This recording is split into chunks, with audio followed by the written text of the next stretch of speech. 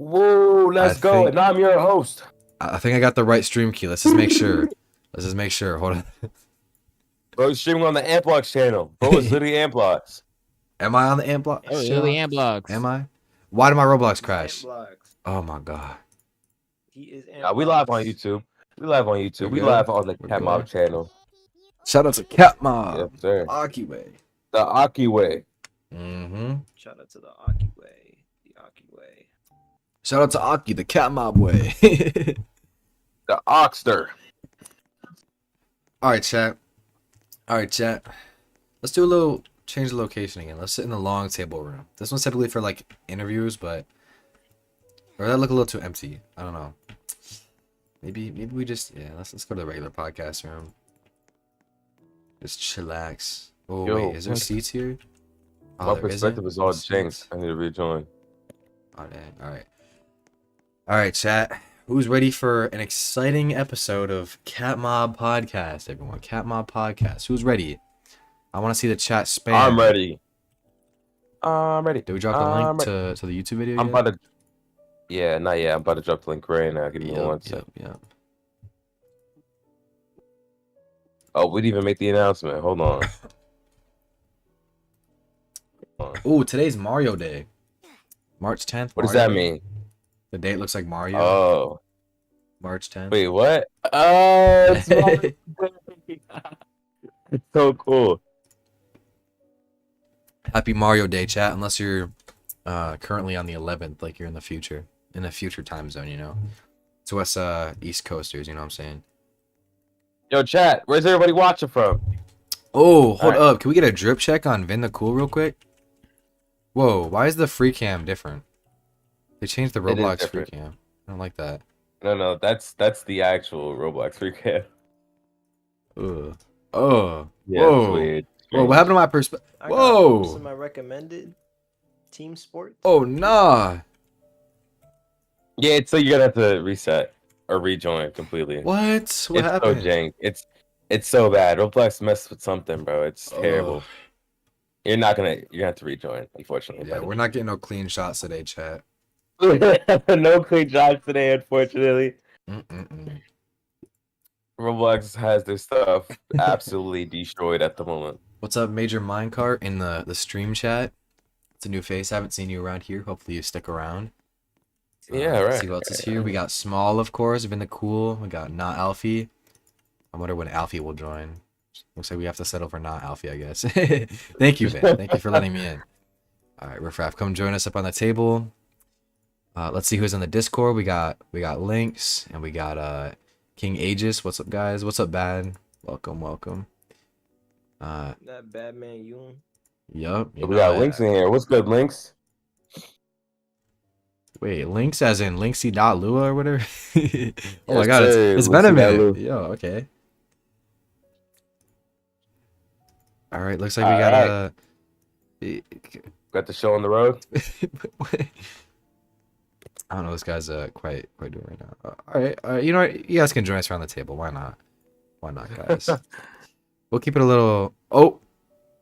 What the? They're man. picking up the chairs. They're picking up the chairs. Alright, we're gonna have to evacuate. Let's go to the long table room if we're gonna have all these special guests. Alright. Alright. Hike! Alright. You can sit right next to him. I'll sit right next to Anthony. There we go. Get a nice little view of the outdoors. Is this what?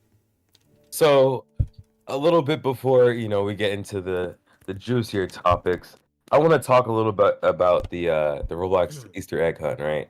So we have not received any new information on it, which is like, I don't know if that's worrying at all, and I still hope that we might get an actual event, but still no more news on it. But on Twitter, people are actually making fake eggs, and it's kind of hilarious. Like, oh my god, we found a leak from the admin. He made an egg, and it's really just like the Among Us egg that somebody just made. Among Us. Yeah. Speaking of, before we get too deep into that, Anthony, when are we doing the CATMOB Among Us night? Because I still want that to happen. All the official CATMOB members, we got to orchestrate that eventually. Yeah, we actually do. I'm not gonna lie. We need to have like a really big Among Us event with like the viewers, not just the viewers, but like CATMOB in general. Just like how we do with the Lethal Company game. A lot of people were like, "Yo, When are you guys gonna make another Lethal Company video, or when are you We guys gonna never do another did. gameplay video? Yeah, we need to. We'll hop on those again, chat. Don't worry. If you guys want to see it, we'll make it happen. Just if you guys want to see that, let us know in chat, either Discord or stream chat. Welcome, Blessed, to the Discord chat as well. Continue with what you were saying though, Ant. Yeah, so that's a little bit what I was just talking about briefly. The Easter egg hunt. We have no new news on that. Hopefully next week we have some news for you guys, but this week we have no news for us. But there is something that happened today that I want to talk about with you all, right? So a new game came out and it's called, what is it called? Tales of Tales of Tenorio. Tenoria. Now, Tenorio. I have never heard of this game before, you know, CATMOB Riffraff said, hey guys, new game alert. And I tried it out, and if I'm being honest, I don't really like to bash games. Also, before I even continue, make sure you guys hit that like button. Why are we only at 1 like? Yeah. We got 10 people in the stream. Yeah. 8 We people. got 10 Okay, people in yeah. the stream. And, you know, those numbers could be a little higher. Let's spread that around, guys. Make sure Yeah. you send that to all your friends. I'm gonna send it to my viewers as well, real quick. Okay. All right. But look, I'm going to get right back into it. So I tested the game because it's open now. It's public. And I was immediately drawn into the game. Why was I drawn into the game? I was drawn into the game because of the fact that it had voice acting. Now, the voice acting was spectacular and the music was just so refreshing. I have yet to see a Roblox game actually put that much detail into the overall player experience regarding voice acting and just the original OSTs. It was really good. I liked it personally. What do you guys think? Okay. It was Okay. There was a lot of inexperienced ones, a lot of inexperienced voice actors. Yeah. I liked it though. I really enjoyed it. Me personally. It was different. It was definitely different. Yeah, for a Roblox game, that's really good. Yeah. It was different. But however, I was immediately drawn outside of the game because of the fact that the dialogue was just so long. Like, okay, Dude, the I intro was loved it. insane, yeah. Yeah, I loved it. I really did love it. But the only problem was it took too long to get into the actual gameplay. Now, I want to talk a little bit about this, right? Because we all have different perspectives on this. A lot more people like story games.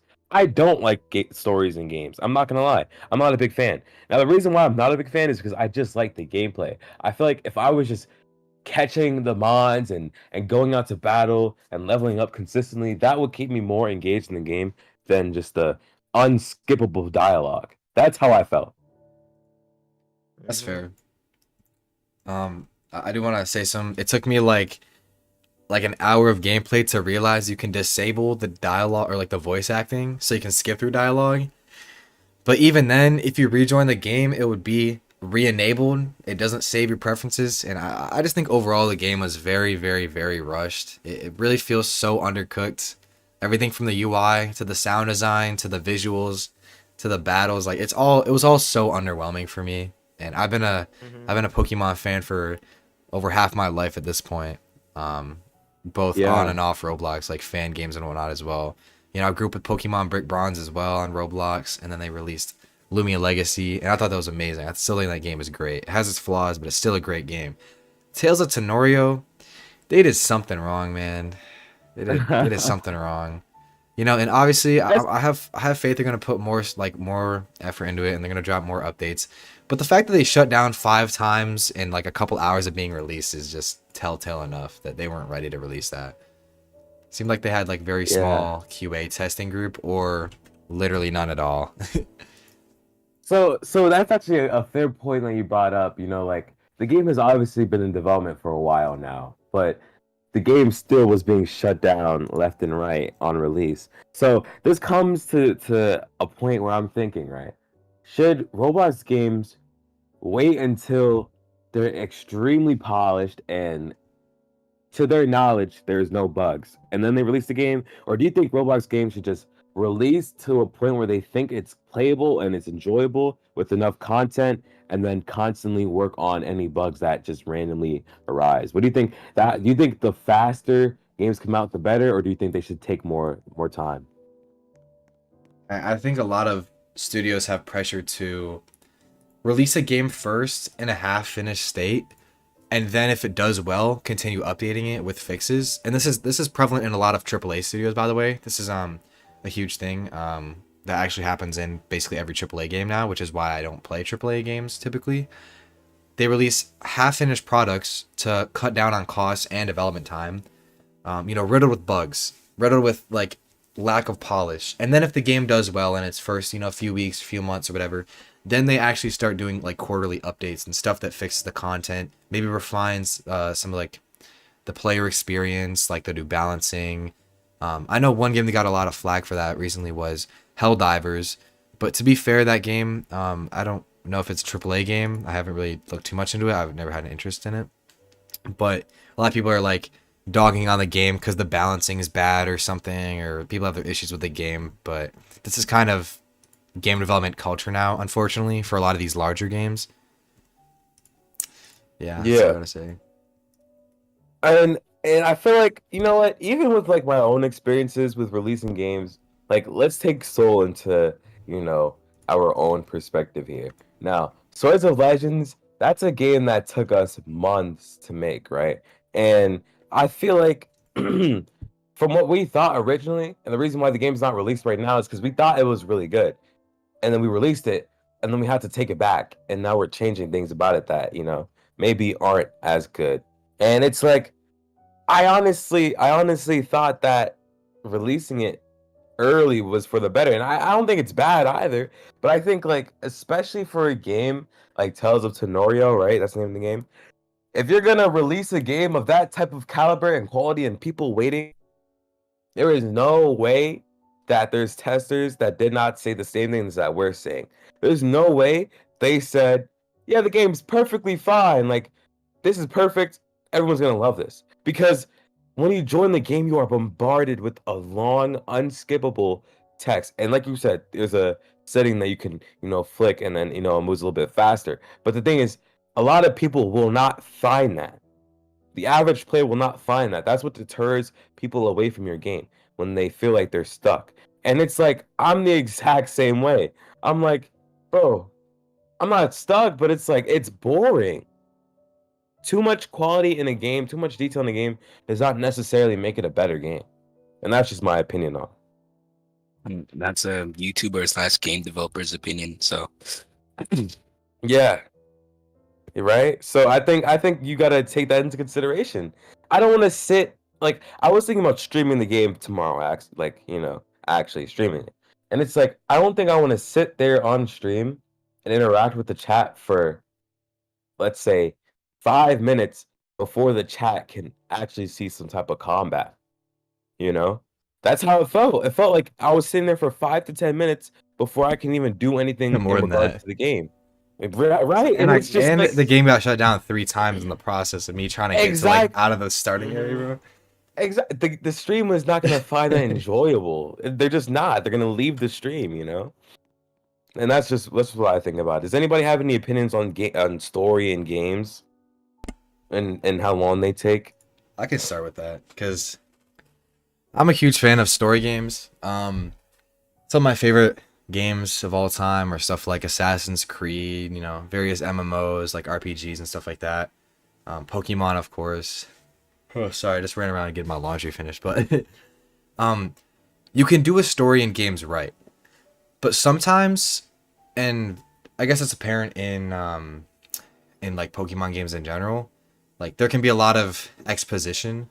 First of all, where you have like some games even struggle, like modern Pokemon games will have like a half hour, an hour of tutorial or intro. But to be fair, I guess the stuff with those, obviously, you can lose your attention span, but they do teach a lot of essentials both in regard to game mechanic and story. So it's kind of a balance there. Especially for like as Pokemon as a franchise grows larger and you have more people that have never played a Pokemon game before, need to slowly get eased into these things. But also, there's ways where you can do these things where you don't throw everything all at the player at once, where you have a mix of tutorial and story without having 30 minutes of story or exposition. Because, think about Tales of Tenorio. This is something I don't like, right? Here, it kind of follows like a general Pokemon opening, right? You play the game, You arrive in a new town, or maybe you just wake up in your bed in a town, whatever. Talk to your mom for a minute. Go outside, meet your friend, go to the Pokemon lab, get your Pokemon, then you're off to the first route, right? You just go through the first route, catch some Pokemon, fight some trainers, that's it. Tales of Tenorio doesn't really see how to pace that better, especially considering it's a Roblox game. You kind of end up sitting there for 15 minutes of this nearly unskippable dialogue, at least at first, it seems like. Yeah. And these very, very sluggish cutscenes that Pokemon doesn't have much of. Mind you, if you haven't played a Pokemon game, they don't typically have these really drawn-out cutscenes. Newer games have a little, but Tales of Tenorio tried to turn everything into like this cinematic experience where you have 5 different camera shots for the same thing, you know, all these animations that are really slow, and this dialogue, and you end up losing interest really fast. And even after I got to pick my like starter Tenorian or like Pokemon or whatever, I still had to sit through another 5 minutes of dialogue before I could actually fight another trainer, you know? It literally. Yeah. Yeah, and you know what? You know what? I didn't want this whole, the podcast to be strictly, Tales of Yeah. Tenorian. But, what Cone said in the chat, I really resonate with. He said, I like cutscenes over walls of text. Like a cool cinematic cutscene can go really hard. Now, I agree with that statement because I feel like instead of Yeah, show, don't 100% of the tell. time, telling me what I can just see and take from that, it's like, bro, you could have just showed me that. Like, Yeah. you didn't have to tell me my mom just walked up the steps and is gonna start knocking on my door. Like, can I just see it? Let me see it happening. And that's the thing that I've noticed about Tales of Tenorio is like, I feel like they're missing some sounds. Like they Yeah, took very bad their sound design.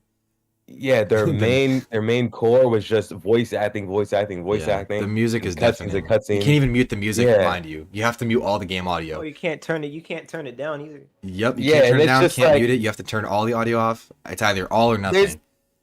there's very key important things to game dev and having a popular game that I feel like they're missing or they're doing kind of poorly. Now this kind of leads into my segue, right? Where I want to talk about the different roles of game developers on the platform. I'm going to start with art, right? So for example, in SOL currently we are looking for a UI designer, right? And there's a pain looking for a UI designer because a lot of the times they don't execute exactly what you want them to, even if you show them a reference. Like, I feel like there's a stigma on the platform that people just want the most extremely basic looking things, and this is what we gotta produce, like mass produce, like a cartoony-ish simulator type of thing, right? And that kind of having that mindset kind of takes the life out of a lot of games when games don't have their own unique personality and they all look like one thing. I feel like we need more artists and UI designers and people that care more about their work on the platform, because I feel like as the platform is moving, a lot more people are not really caring more about their work. They're just caring about getting something done, Yeah, that's to why match some type of overall style. That's why I'm a jack of all trades. Other people couldn't do it how I wanted it, or I didn't have the money to pay other people to do it, so I just learned how to do it myself. I'm not the best UI artist ever, but I can work my way around if I need to. Mm-hmm. And that's the thing. That's another thing too, where people are like, "Oh, I don't think there's enough jobs on the platform for me." Well, the thing is, it's not about there not being enough jobs. It's just about how well are you in that field? How experienced are you in making the best looking UI? How experienced are you with making a game flow correctly? And that's another thing that I want to talk about actually.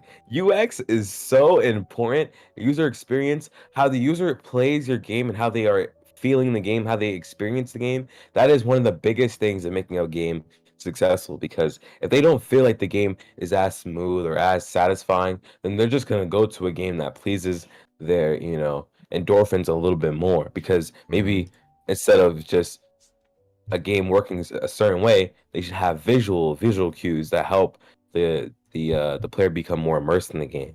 That's something that people need to learn too. That's what we're learning right now, actually, how to become better at UX. Do you have any experiences with UX, Threesto? Like specifically doing things to make the game feel better? Yes, and that's why that's one of the reasons I love Dysfunctional Diner so much, and Love can quote me on this as well. But a lot of the care in that game was UX. And one of the flaws we have with that game is later on we realized we needed to put more in gameplay and focus more on actually how players like the gameplay rather than just visual effects and everything. But overall, everything in Dysfunctional Diner had really good UX. You had really clean animations, which were done by Riff Raff. Were the Riff Raff or Funnier? I can't remember. Dysfunctional Diner was like a year ago. Either way, we had animations. We had a ton of sound effects. That's the most sound effects I put into one game ever. We had really clean UI.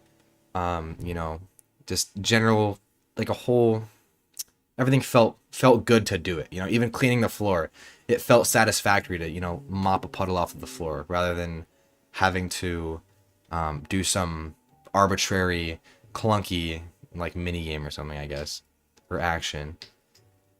Sound design and animation definitely go a long way. And I actually taught a little bit of a lesson to some of my peers at school in my computer tech course because they're doing a little thing on game design. So something I was actually doing with Stephen Graham, Anthony. So he started a little lesson because they were, they brought in their Switch or whatever, they're playing Smash Bros. And we started talking about like game loops or whatever. And I followed up on more than just a game loop, what makes that game loop enjoyable besides just the mechanics itself. What is the visual code of paint that makes that feel good to play? Because you can have multiple games that have the same identical game loop, but what makes one more appealing than the other? What makes one more quote unquote fun to play than another? And we're able to boil it down into a couple different things, such as UX basically is your big one. Mm-hmm. With your sound design, your animation, your feedback, your visual effects like particles and stuff, all that. And it's very important that you have a good balance of those in a game. Otherwise, you kind of just end up with something that may mechanically be fun, but may not be visually fun. Yeah, and that's what like making sure that you have all the core components of a good game. That's what it matters for, right? Now, there's a lot of different things in game development that goes kind of unnoticed. Like when people think, "Oh, I want to make a game," the first thing that they think is like, "Okay, well, maybe I should learn how to program or maybe I should learn how to build." But it's like a car. If you don't have certain pieces of that car, the car is not going to react the same, you know? Maybe the car won't work at all if it's missing a piece, you know? And I feel like that's why a lot of people should be more inspired to getting into the field of game development because there's so much that you can do. Like voice acting is one that you can do. You can do UI, you can do general art, you can do music composition. Mm-hmm. Like Riff Raff, for example, with your game, how many things do you do for your game? I'm doing the music, I'm doing the art, animation, the level design, the whole concept of the game. I'm doing literally everything except the programming. Yeah, that's a common misconception that a lot of people have. Like, oh, maybe I want to get into game development. I think game dev is so much fun. How do I get into it, or what do I necessarily need to learn? And then the first thing that they do is that they run to programming and they run to building. But it's like, guys, there's so many more things you can do than just the most thing that is pushed out there. Because think about it, even if you know and you're the best programmer in the world, you're still gonna need some type of front end visuals. You're gonna need somebody to make your game. You're gonna need like to build your game. You're gonna need somebody to make sure all the sounds are good. Like there's people who get paid to make sounds. Like Riff Raff, you make sounds, right? I do, yeah. I made some sounds for SOL. Yes, but Riff Raff is an incredible animator. If you had to pick one skill that is like his best skill, you would pick his animation skill. But there are so many subcategories of development that not a lot of people are like pushing towards as much as those other fields. Which is I feel like there needs to be more exposure to those other fields. A good And way that's to what put it. I like about CATMOB. Yeah, CATMOB has a lot going for it, and a good way to put it, I feel like, is look at a AAA studio. Now, I have my gripes with AAA studios, but if you look at the people that work on AAA games, like if you look at how many different roles, how many different skills that go into making a AAA game, some people are like a dedicated writer, for example, right? Some people are dedicated, like obviously UI, right? There's all these different things. There's even like more boiled down stuff where it's like or I guess more specific stuff where you have like front end coder or back end coder, because some people are really good at like front end effects. And even narrowing it down more, some people are really good at visual effects, like coding visual effects specifically. Maybe another person is good at making particles, maybe those people work together, whatever. Like obviously you can get really, really specific with these things, but people always enter game development for some reason with either the art or the technical view. They don't really go much further than that. They don't really go into the subcategories of them. On Roblox, that's programming and building, because Roblox has their whole building system. Something like Unity, you might have like obviously programming and modeling, for example. But generally speaking, people either gravitate towards one or the other. Like a 2D game engine, you're gonna do programming and you're gonna do like pixel art, stuff like that. But there's a lot more that goes on. Yeah, go ahead. So, kind of just segueing from Threese's, statement.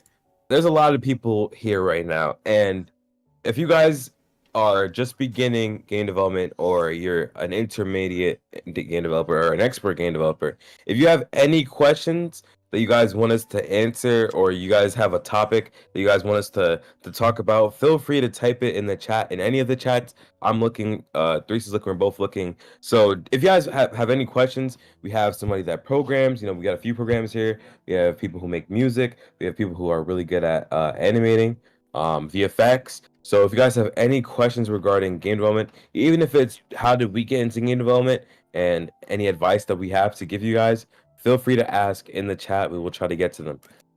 Not the Roblox chat. Try to do it within the YouTube chat and the Discord chat. All right. Now, while we're waiting for some more comments and stuff to roll in, Riffraff, I take it you played. I take it you played Tales of Terrario. Is that how you know Tenorio? Yeah, I'm taking you played it quite a bit. Right? Have you heard of Pocket Anime? Pocket anime, yeah. I'm gonna be honest. My expectations for Tales of Tonorio were so high. They were was so good. high. Dude, I was Riffraff. disappointed. How long you been following it? Because I was following that game since Metal Malachite. You remember that? Yes, dude. Oh my god. Yes, dude. They still have Metal Malachite in the title if you go on the game's main menu screen. It's like Tales of Tonorio, Metal Malachite. Oh yeah. Anyways. Yeah, man. I was disappointed by Tales of Tenorio because they're missing a lot of small little details that kind of make the game feel poorly put together sometimes. I compared it to like other times, Genshin Impact. Yeah, Genshin Impact. I mean, with Oh, Genshin actually, Impact, Genshin's like polished. that, the studio behind Genshin Impact has a lot of background. So That is true. it'd I be guess the really visual weird style if, rather. Yeah. It kind of felt like a cheap Chinese gacha knockoff or something. Yeah. Luke said in the chat, it's crazy how the most popular game UIs are like the worst ones. So, you know what? I have something to say about this. I don't know if it's kind of like it's a bittersweet feeling, right? Where it's like, I know he's right. A lot of these games have the most like, let's take, I'm sorry for all the fans out there. Let's take Blox Fruits into an example. Now, I don't know, Riffraff, Threes, have you guys played Blox Fruits? Yes, and I used to, and when I did, Yeah, the game it's was, alright. like pretty bad UI. None of their UI like isn't even beveled. Like it's just really basic, just squares where you just Yeah. kind of look and click. The health bar is just a green square, like rectangle bar, and like everything is just like extremely simple. I feel like anyone could do that. Right. But the thing is, I feel like why it's so popular is because of just the genre of game it is, Like, that is some of the craziest things to me. Like, every time I join it, it looks like it was made in like 2016. And a lot of UI and a lot of game design has developed significantly from then, but that doesn't mean that a game can't be popular just because it has bad UI. It just means that the Yeah. game could be better and people can, enjoy the game more if the UI was better. That's true. But it's still UI is- basic and it flows well. It flows Mhm. well. The UX is good. I think they could like easily make their UI look 10 times better if they changed the font, bro. I don't know why they're using like Arial font or whatever it is, like Calibri, whatever the font is, dude. Yeah. Speaking of fonts, this is some Roblox news. This is a little bit minor, but you will notice this in games going forward. 2 fonts on Roblox are getting discontinued in May. Me and Loaf talked about this Really? before. It's Gotham and the other one is Arial. So Why? fortunately, Why? Bloxfruits is gonna have to pick a different font. I don't know. I didn't read the whole thing, but they're deprecating those 2 fonts. I guess fortunately and unfortunately, fortunately for us who like UI, I'm putting it here on my stream on YouTube, but they have fonts that are already very similar. So all of the fonts that are in a game currently that are Gotham or Arial will be switched to very similar fonts after the deadline rolls around, or before then you can change it to whatever you want. Me and Loaf love Gotham. It's used in every single one of our Me games, too. so it's gonna hurt a I little really bit. do. I do love Gotham. But yeah, they're introducing a new font as well, which is called Builder, which looks interesting. I don't like it that much, but it's there. But I wish I wish Bloxers will change it to something other than Arial. I'm pretty sure their font is Arial. King said, I'm gonna be honest, the reason Blox Fruits UI is so basic is because they spend a lot of time on animation. But that's the thing. If you're a popular game, there should be no excuse as to why you have a lack in certain categories. Because not only Exactly. do you have the They're millionaires. resources to do it, yeah, you have the money to do it now, you know? And you can find the people who can revamp your game. But the thing is also like hold on. Speaking straight facts, Blox Fruits looks like it was made in 2018. Yeah, but the thing is, people just love the game because of the, the flow of it. The flow still works. That's why UX is so important. And also, yeah, I can't believe Gotham is going away.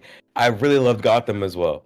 That's crazy. But also, hold on, we're gonna switch the flow completely and entirely right now. Let's talk about social games coming out towards the next, month or two because of the new voice API that Roblox gave out. So I don't know how many people in the chat has access to, voice chat. Let's see who got Roblox VC. I just a little straw poll. Let's see. Okay, we got a couple people. Okay. So yeah, we got a couple people who actually has access to voice chat. Now, if you do not have access to voice chat, this is the best time to get access to it. Now, I'm saying that because Roblox is releasing an API where, and it's actually already released, and people are, experimenting with it right now, where you can actually control people hearing you. Let's say you're super far away from your friend and you pull out a walkie-talkie. You can hear your friend through that walkie-talkie now because of the way that they, the stuff that they added to the That's API, gonna be which pretty fun. that brings up so much more content in terms of games. Like imagine now you're playing a horror game and you have to communicate with your best friend through a walkie-talkie, and then their walkie-talkie cuts off because they just died. Now you're lost and he's lost, and you guys were playing Marco Polo trying to find each other. Hey, Now you CATMOB can't game do that. idea? CATMOB game idea? So even not just horror games, but now imagine a social game where you can enter certain rooms and it's just you two being isolated and you guys can talk to each other for as long as possible. And then once you leave that room, you hear everybody in that room. Like, oh my goodness, the social games that should be coming out within the next 1 to 2, maybe even 3 months with the new API has to be like one of the most fire games coming out. CATMOB game question mark?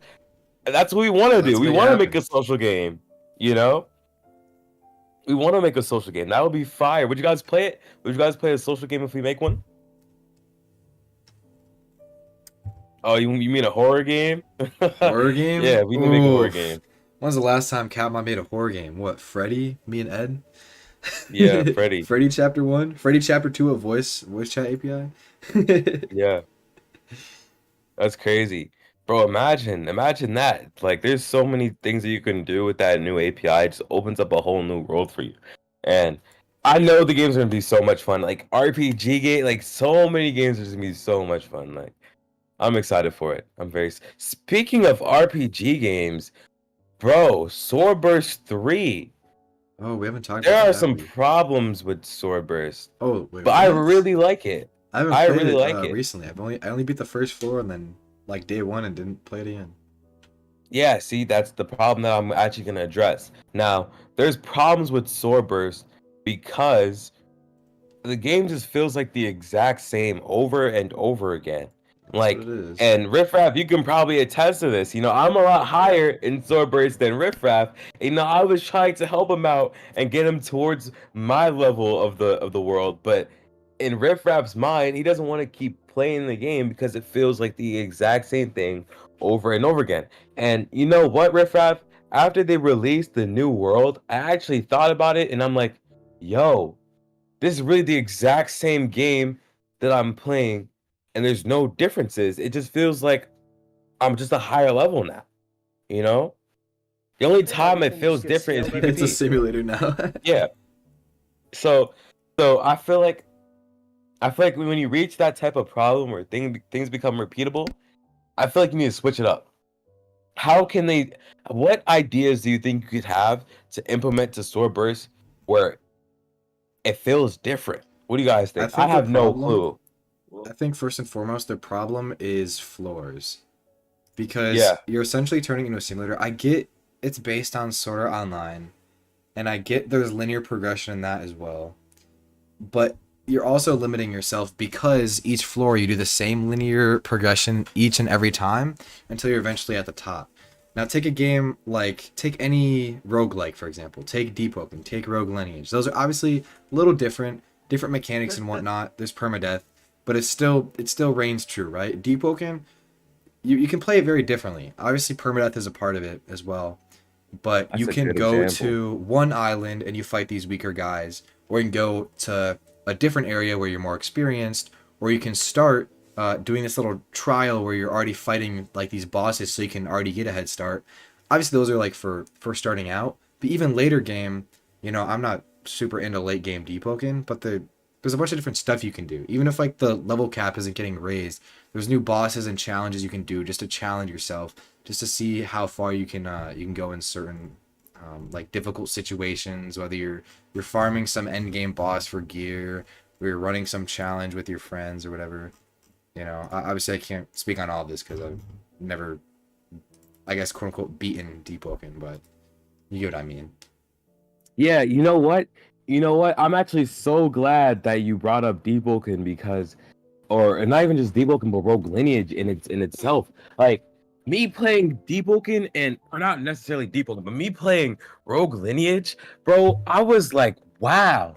When I played it, it didn't feel like I was locked or tied to anything. Mm-hmm. I could literally play however I wanted. If the way that I wanted to play was hiding in a bush and smacking people when they walk by, and I could still progress that way, I was still enjoying it because the gameplay was how I wanted to play the game. Now, King in the chat says, honestly, any game that you can play your way or the way you want is a good game because you have your own fun. But then the problem comes up of the game not being to everyone's liking. Now, that's the thing. Those games don't necessarily have to be tailored towards everyone's liking. But the thing that Rogue Lineage beats Swordburst in my opinion, is replayability. Now, what I mean by that is you can play so many different ways in Rogue Lineage, and you can progress so many different ways. Now, the only way you can progress in Swordburst 3 is if you follow the exact path they already laid out for you. There is no changing of it. One thing I remember You with have to play this that way. Swordburst 2 is even if it was still sort of a linear progression, each floor felt like unique. Each floor, I only got to the third floor, I think, ever. But I remember just the first floor, even the first like kind of foresty plain area. There were so many different areas you could go and explore. There was like a beach. There was like, you could go through this forest any way you want. Obviously, you have to go to the final boss inevitably. But even just the open world felt a lot more open. In Swordburst 3, something that really threw me off was it felt like a simulator in the sense that to get to the next area on the first floor, you had to clear out a certain obstacle, right? And I guess the map was probably bigger than Swordburst 2 for that floor, but it felt like it was sectioned off and just made into like a straight line essentially. Well, not a literal straight line, but straight line progression wise. Which I'm not a huge fan of. And I'd have to agree, bro. Swordburst 2, I definitely like Swordburst 2 more than Swordburst 3. Now, I've still spent an outrageous amount of money on Swordburst 3 because their monetization is amazing, not gonna lie. If you It go is. through the game fast, you kind of have to buy 2 times, EXP. And even the 2 times EXP is very expensive. But I'm enjoying it in the sense of I'm really liking the new technology. Now, this brings me into the next point. The new technology that Roblox is bringing to make it almost like indistinguishable from any AAA game I love it. I really do like it. I like the steps that Roblox is moving in. Now, people are always coming to Roblox now and they're like, oh my God, I didn't know Roblox was like this. Oh, this is the new Roblox, because there was a big stigma back in the day with Roblox where it's like, oh, that's a kid's game and the graphics are just blocky. But now there's so much more to Roblox than just the basics. And what do you guys have anything to say about that? Riffraff, do you have anything to say about it when you're using like these special mobs that you're animating for and how fluent they look?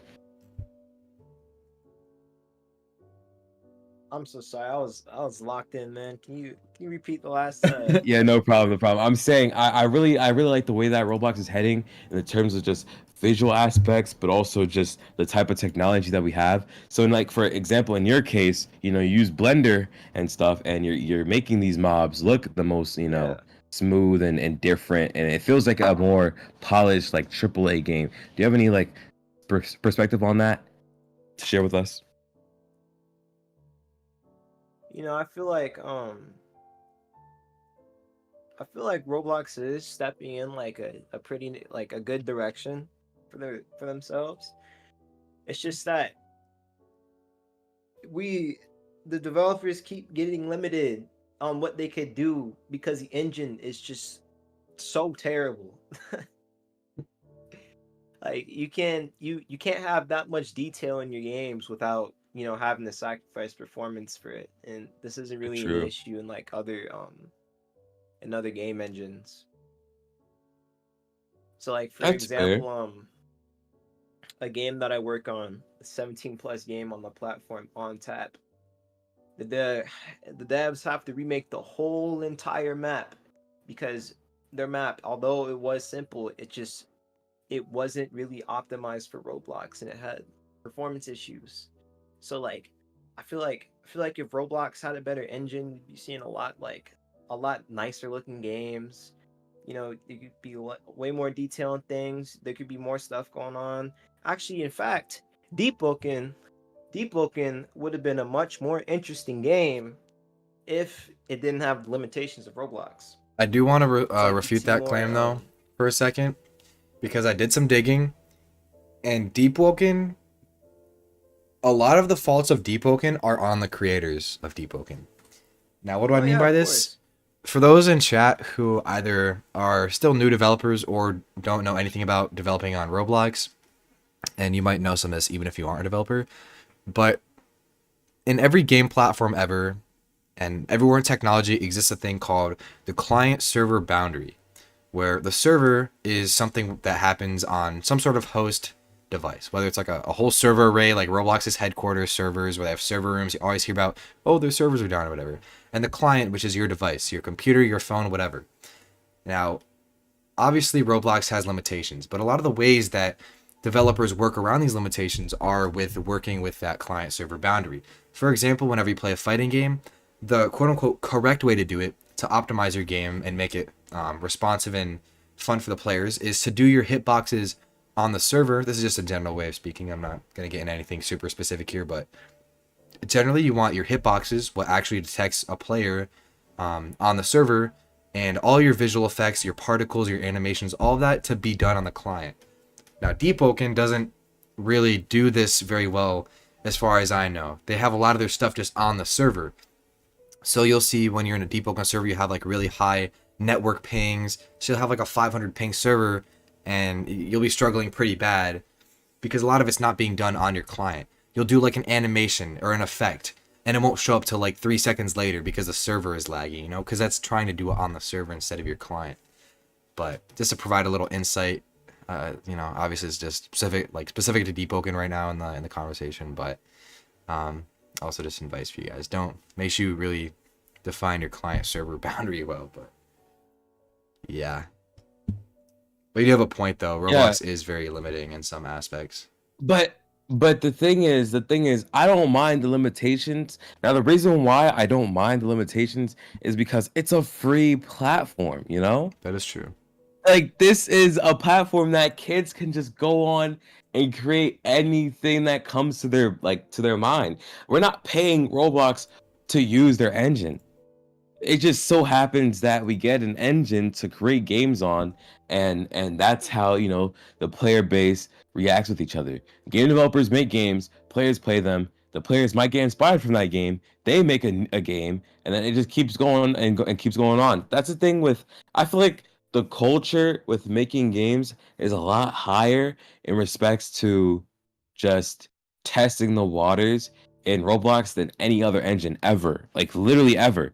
There's gonna be more people, I feel like, just creating a game just to create one or just to see what it's like in Roblox than any other engine. I don't really hear of many cases where, and I know there have been, obviously, but a person who wants to learn development goes straight into something like Unity or Unreal, because it could be a little bit intimidating. Because I'm pretty sure you have to pay for one of them, right? That could be very intimidating. Yeah, in some regards, you have to pay for stuff. The engines themselves are typically free, but they're usually a much higher skill curve. The things I feel like Roblox does best, besides obviously free hosting and free servers, is one, very easy to learn building tools, and two, very easy to learn programming language. They have two very, very simple beginner level tools that you can use. Building is as simple as just placing bricks, and obviously you can import stuff from Blender if you want to get a little more in depth with it. But you can build anything out of bricks, wedges, and whatever. And programming is a super, you know, Lua is a super high level, very beginner friendly language, not a bunch of super complex syntax you have to know. Obviously, it's important that you have some sort of understanding of computer science and how programming works before you start trying to write code. But, you know, either way, it's a lot more simple than some of these other engines that have either more difficult coding languages, like I know Unity has, like Unity and Godot, for example. I'm pretty sure they use some like the C programming languages.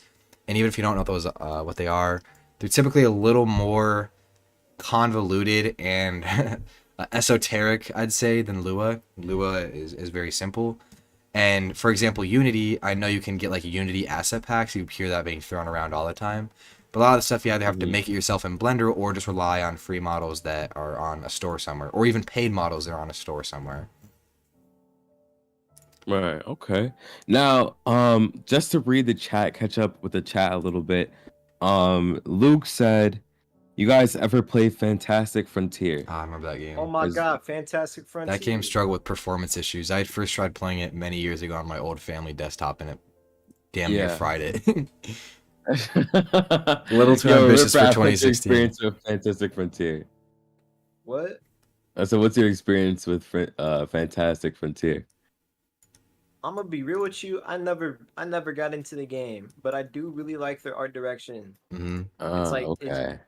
If you look at the monsters in Fantastic Frontier, that is a Fantastic Frontier monster. You are not seeing that in any other game. You're so right. I saw something on Twitter a while ago. I think it was Twitter. And I think I was following the main developer for Fantastic Frontier, but I completely forgot his name after many years.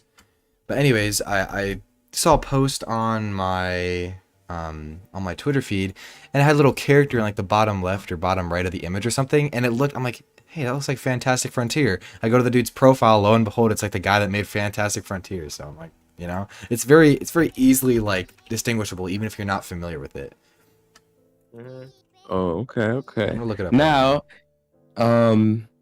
Luke said it's funny how Fortnite runs better than PetSim. That's weird. Sport said, I never really played Deepoken. Should I play it? I mean, if that's the type of game that you're into, you should try it out. Luke said, also crazy how Roblox games can be played in seconds. Now, that is another thing that is like separates Roblox from a lot of different engines. Or it's not necessarily that the engines can't do it, It's just the fact that it's not very common, or it's not as common of a thing to experience as on Roblox. Like you press play on Roblox, and the assets will load. But like other than that, you have the game right there and then, which is that's just crazy. And there's no real limitation to what game you can make.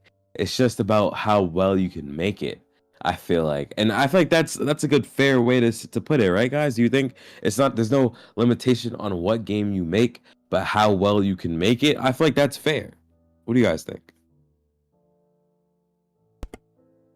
Repeat what the statement. Sorry, I was finding the post. Yeah, I'll put up. I said I don't think there's a limitation on what games you can make. There's just a limitation on how well you can make it. That is true to some degree. Yes. Yeah. Like I feel like there's workarounds for everything. yeah, there is. And that's the thing with Roblox. I feel like it teaches you a lot about how to be crafty in your own unique way. Because you have like even with VFX, like there's things that you just have to mix together to get that one little idea that you had in your head, you know? Yeah. And like I was like alluding to what I said earlier, there's so many steps and there's so many different types of development on Roblox, like even clothing, for example. And it's like even with that, there's a very traditional way to make clothing on the platform, but that doesn't mean you still can't be creative and think outside the box and make things that you haven't seen before. Like for example, Blast, Athena, she made a clothing with Roblox toes. She engraved the toes onto the clothing. And I'm looking at it, I'm like, this is creative and this is so crafty. Dogs. She got the dogs out. Let's see the dogs. On a blocky character. Let's see the dogs, Blessed. Send the dogs in chat. I was so surprised when I seen that. I was like, wow, these people are really crafty. Like Athena's crafty. Now, imagine that. Imagine, yes, there's limitations. Obviously, Athena can't slap human feet on a blocky character anytime she wants, but she can definitely create the illusion of it. And that's what I mean by like Roblox developers are some of the most like outgoing, not just outgoing, but also critical thinkers. Like you have to constantly problem solve to get what you want on this platform. And that's how I've been experiencing it since I first started game development. I don't know if you guys have any experiences of doing something a little bit differently to get the desired result. Like Riff Raff, I don't know if you experienced that with the animation. If you do, like share the, feel free to share that. Also, what is going on in the HQ? Yeah, someone needed me to make animations for both R6 and R15, and that's actually what got me in the Blender, because there's no way I was gonna reanimate everything twice. You know what I mean? See, like that's a example. It's a way around it. There's tools out there, like third-party tools that we can use. Y'all don't gotta smoke tech check. All right, guys. So, Threes, unless you have anything else to say, I will be wrapping up the podcast shortly. I do want to say I have been starting one of my channels up again. Unfortunately, it's not the 3Sto main channel, but it is 3Sto Completes. Now, if you guys don't know what this is, it's basically going to be a YouTube channel where I just play through a bunch of games, mostly stuff I have in my Steam library that I bought but never played, and I want to experience a taste of what the the whole gaming field has to offer. So if you guys are interested in just watching, like hour or 2 hour long stream of just dude playing a game, maybe criticizing it a little bit, then feel free to go sub to that. I might drop it in chat. It's like Ant, but more critical. More critical. Yeah, if you guys want a critical gameplay, like not moist critical, but critical 3Sto. People have said I look like critical in real life, though. That adds to it. Yeah. True. And also, guys, make sure you guys check out Unprofane if you guys get the chance. It's a clothing store, and not just a clothing store, but it's a clothing group that is ran by Athena. So if you want to check out those toes on Roblox avatars, you have to go to that group and check it out. All right, something like that. Now, thank you all for listening. This has been the CATMOB Podcast featuring 3Sto, featuring I gotta make one final announcement. That's cool. Okay, go ahead. All right, guys. I'm also writing a book. I'm writing a novel. If you guys want to see updates on that, it's in the Hanaizo Lodge Discord server. So go join up that. There's 5 chapters out right now. I would love to hear any feedback or criticism. But you can continue with what you're saying, Anthony. Nah, that's it. That's pretty much all I have to say. Thank you all for coming out. You have been amazing. I can't wait to see you all next weekend. Make sure you guys come with some crazy questions. Try to quiz us a little bit. Try to stump us because we are Ooh. seasoned devs on the Roblox platform. So come with the most craziest, juiciest questions that That's you want true. answered, and we will try to Also- answer it for you. Do we want to get a guest next week? Want to try to make that happen? What does chat think? Oh, we definitely could. Do you guys want to see a guest next week? I got a couple ideas, but if you guys want to see a guest, another podcast guest, let's see. Yep, Vin's hyped. Vin's definitely excited. Yep. We had Roll Builder on. We had Rel Mo. we had Mr. Chicken Rocket. Mr. Chicken Rock. He's the developer for Candy Crush and Fruit Ninja and some other games like Jetpack Joyride. So we had some Some of pretty that, yeah. established people on the platform, and we can hopefully get another really big guest next week. Yeah. We love to. One of our goals is we love to get a diverse cast of people on this podcast from all different walks of content creation and game development. We've had have some people that are on Roblox, some people that are off Roblox, some people that have been in the industry for decades, stuff like that. But overall, just get a bunch of good conversations for you guys, and hopefully everyone learns a little something. All right. Thank you all for coming out. You have been amazing. And I hope you all enjoyed the stream. Make sure you hit that like button if you enjoyed the stream. And make sure you share the stream and the podcast with Yes, a sir. bunch of other people. Now, I will see you all next week on the CATMOB channel. Thank you all for coming out. Guys, do you have anything to say to the chat? Every Sunday at 8 p.m. EST. We'll be Yes, here. sir. Let's make it happen. Yes, sir. Riff Raff, What's up? do you have anything to say to the chat while we end? You know what? Expect to see something about my project within a month. Within a month. Hey, we got a Oh. date, guys. We got a okay. date. Hold them to it. Within a month, you will see something about Riff Raff's project. Now, that is awesome. And for those of you who are very active, you might have seen me play it on stream like once or twice. But anyways, I will see you all when I see you all. Thank you all for coming out to the CATMOB podcast. And I will see you all on the Discord. Peace. I'll see you guys.